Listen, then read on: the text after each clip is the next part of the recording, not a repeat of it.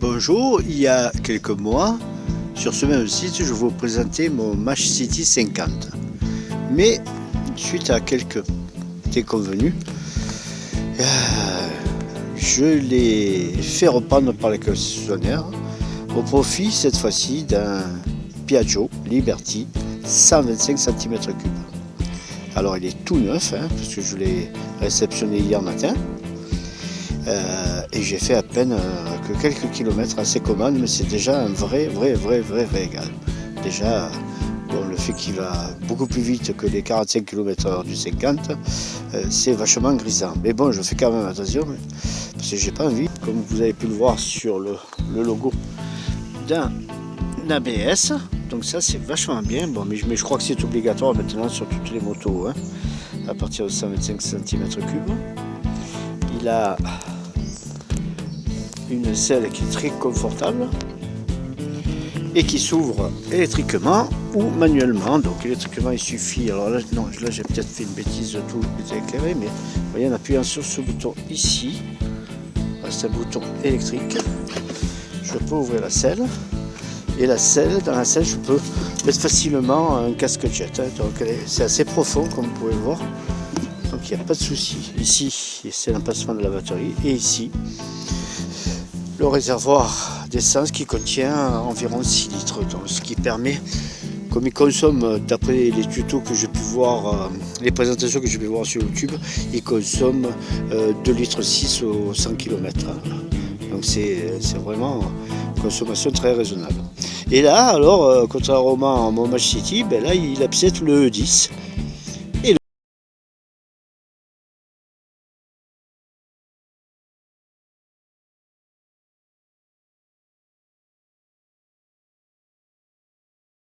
Place pour le passager avec des cale-pieds rabattables, comme vous pouvez le voir. De ce côté, on a le échappement, la plaque. L'arrière est très joli, je trouve. Très design. À l'avant, vous avez aussi une petite boîte à air qu'on ouvre en poussant sur la clé, tout simplement. Voilà, et on peut y mettre, je ne sais pas trop encore parce que j'ai pas trop essayé, donc là vous avez la plaque, la trappe qui permet de lire le numéro de châssis. Voilà, donc c'est pratique, on peut y mettre des gants, on peut y mettre un chiffon, enfin je sais pas trop, le téléphone aussi, pourquoi pas, le smartphone ou l'iPhone. Ici on a le crochet pour le sac. Alors je sais qu'il y a un coup à prendre, voilà, ça c'est très pratique. Le plancher qui est plat, donc qui n'est pas très large, mais bon, il est suffisant pour mettre un pack d'eau ou un pack de lait, c'est très bien. Donc quand je mets un peu le contact, le tableau de bord c'est clair, on a pas mal de voyants, et notamment le voyant de l'ABS, le voyant des clignotants que je vais arrêter, voilà, le voyant de pression d'huile. Alors il y a un voyant niveau bas essence, donc apparemment il y a une réserve d'à peu près 1 litre. Ici vous avez l'indication donc de la quantité de carburant restante, l'heure qui est affichée, et par ce petit bouton mode on peut faire défiler le totaliseur général, où il y a 2 totaliseurs journaliers. Donc voilà, pour faire ici. Ensuite sur le côté droit, donc on retrouve bien sûr la poignée d'accélérateur, le levier de frein avant, le contacteur à clé avec un bloc guidon, bien sûr, comme tout sur les cyclos. Sur le contacteur gauche, alors là comme vous pouvez voir, ce qui est intéressant, c'est une jolie signature à LED à l'avant. Donc je vais peut-être couper la batterie. Voilà. Sur le côté gauche, donc on trouve le levier de frein arrière, le commutateur code phare, et avec un appel de phare en basculant le bouton vers le bas.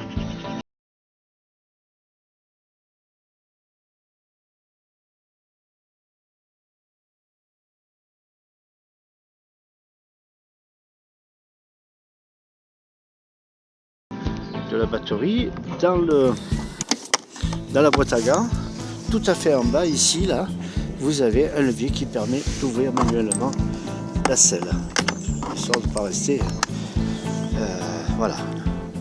Donc, que vous dire d'autre? Deux très beaux rétroviseurs. Alors, il est très confortable. Sa mise en route très simple. Hein. On met la clé de contact. Voilà. On attend que le voyant moteur s'éteigne. On appuie sur le démarreur. On appuie sur le levier. Voilà. Et il démarre dès la première sollicitation. Voilà, c'est vraiment un super scooter, donc 125, hein, c'est une petite moto, il a une très bonne performance, il monte vite dans les tours, d'ailleurs ce matin comme je ne suis pas très habitué, il me suivait un peu peur, je me suis retrouvé à 100 km/h sans trop m'en rendre compte, donc j'ai un peu ralenti, mais on y va très vite aux 100 km/h. Et par contre, c'est une accélération vraiment linéaire, quoi. On accélère et puis il monte tranquillement dans les tours. C'est vraiment très agréable comme conduite. Alors il est très maniable. Pourquoi? Parce que c'est un scooter mais qui est équipé avec des grandes roues. Donc là vous avez une roue 16 pouces à l'avant et une roue 14 pouces à l'arrière. Donc elle qui est tout de même. Alors là, par contre, c'est pas un frein à vis, c'est un frein à tambour, mais les freins sont vraiment efficaces. Et l'amortisseur, alors c'est sympa, il est réglable, l'amortisseur arrière. D'ailleurs, le scooter est livré avec une clé. Voilà, c'est le seul outil que l'on trouve livré avec. Une clé spécifique pour pouvoir faire ce réglage d'amortisseur. Vous voyez, un peu sa ligne est bien sympathique, moi je le trouve très beau. Hein, regardez l'avant. Voilà, c'est une belle machine. Donc voilà, je voulais vous le présenter parce que je suis vraiment très content. Et donc je peux. Voilà, ça fera ma deuxième vidéo de présentation de scooter. Et bien si vous avez des questions, n'hésitez pas. Si la vidéo vous a plu, bien sûr, de me mettre un petit pouce bleu, ça me fera plaisir. Et puis je vous dis à très bientôt et n'hésitez pas à laisser des commentaires. Au revoir.